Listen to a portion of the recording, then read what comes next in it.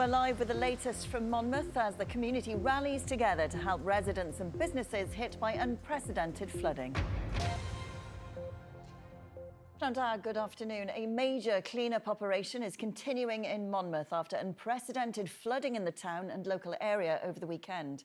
Now that floodwaters from the River Monmouth have started to recede, people are rallying together to support affected residents and businesses. Well, our reporter Eleanor Rice is there for us this lunchtime. And Ellie, tell us what happened there over the weekend. Well, this all started on Friday, Jen, into Saturday morning when that major incident was declared here in Monmouth. That was stood down yesterday afternoon, but that was after the floodwater came in to this high street all the way back behind me. The cleanup is still ongoing. It caused destruction. Shops, windows were smashed in due to the force the water entered the street with. I've been here for the last 2 days. I've spoken to the pharmacy manager. Anything kind of below hip height in the pharmacy was ruined, scripts, prescriptions.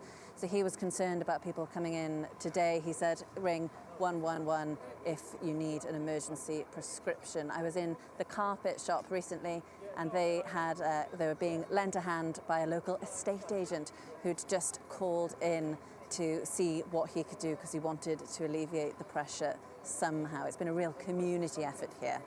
And how shocking has this been for Monmouth, Ellie? Have they ever had flooding like this before?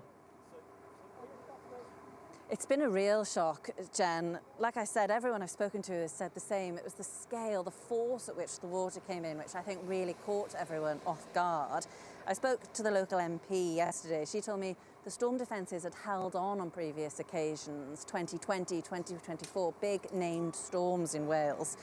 She said perhaps it was time the existing defences were reconsidered. She said she'd ask for money for that.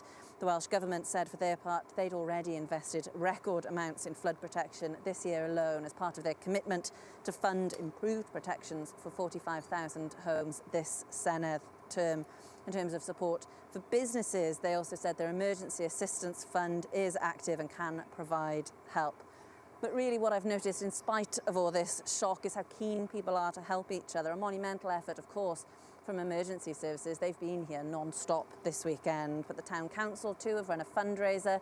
They've been offering people a warm place to stay, warm clothes.